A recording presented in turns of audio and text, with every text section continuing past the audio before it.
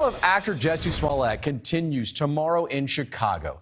The prosecution rested Thursday after 3 days of testimony, which included two brothers that says the actors paid them to carry out a fake hate crime. As the trial resumes, a pressing question is, will the actor take the stand? Florina Altshiler is a lead trial attorney and a partner with Russo and Gold Law Office in Buffalo, New York. Among her many specialties in criminal defense is criminal defense. She joins us live with what we can expect moving forward. Thank you, Florina, for joining us.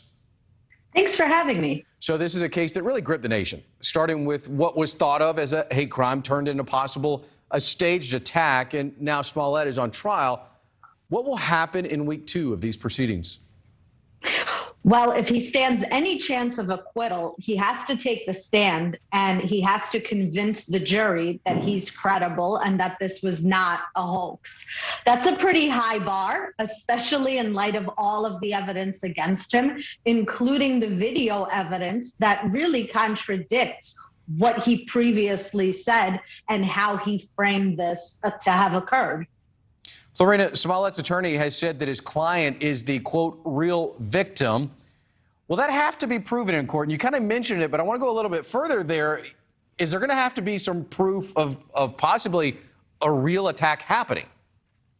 Yeah, I mean, a jury has to believe that this attack actually happened and that he didn't lie about it, which is a really high bar in light of the evidence that we've heard so far. We have both brothers testifying that they were paid to make this up. We have video camera footage of them, purchasing the mask, of them going to do this, of him with the noose still on him 30 minutes later, which is pretty incredible, right? Why does he still have this on him? He's free. The attack is over. He's clearly keeping this on to show, oh, hey, this is what they did to me. And then you have this whole factor of him insisting that the attackers were white, when in fact, it was these two African-American brothers who have come forward with their version of what happened, which appears to be rather credible. So if he stands any chance of acquittal at all, the jury has to believe his version happened and it has to come across credibly. I don't believe it's going to be credible, but we'll see. We'll wait and see if he testifies and how he testifies. In your expertise, how difficult of a task is this for the defense? It's, anytime anyone has to take the stand in their own defense, that's a really difficult task because you're facing a bunch of strangers that you've never met before that are judging every single word you say. And then you have to withstand a cross-examination by the prosecution who has your prior statements, who's going to use those prior statements against you, and who presumably has researched anything and everything you've said about this before. He's given TV interviews. He's met with Robin Roberts about this.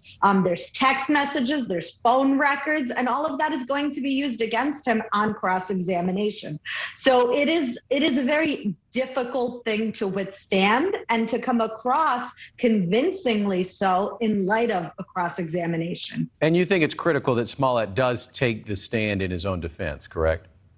If he doesn't right now, with the evidence that the prosecution has put on, I believe they've met their burden beyond a reasonable doubt to prove that he's committed this crime and that this was all a hoax. So unless the defense put evidence on to suggest otherwise, I really don't see how a jury doesn't convict him with what we know so far. All right, if convicted, what is Smollett facing in terms of a penalty?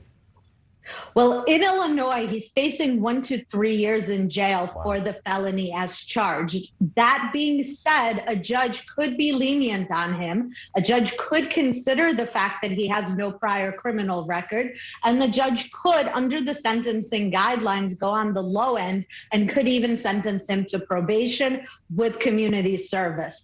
I expect, not because he's a celebrity, but because he simply does not have a criminal history whatsoever, that he would be sentenced on the lighter end. Got it. Florina, thank you so much. We appreciate your time here on NewsNation Prime.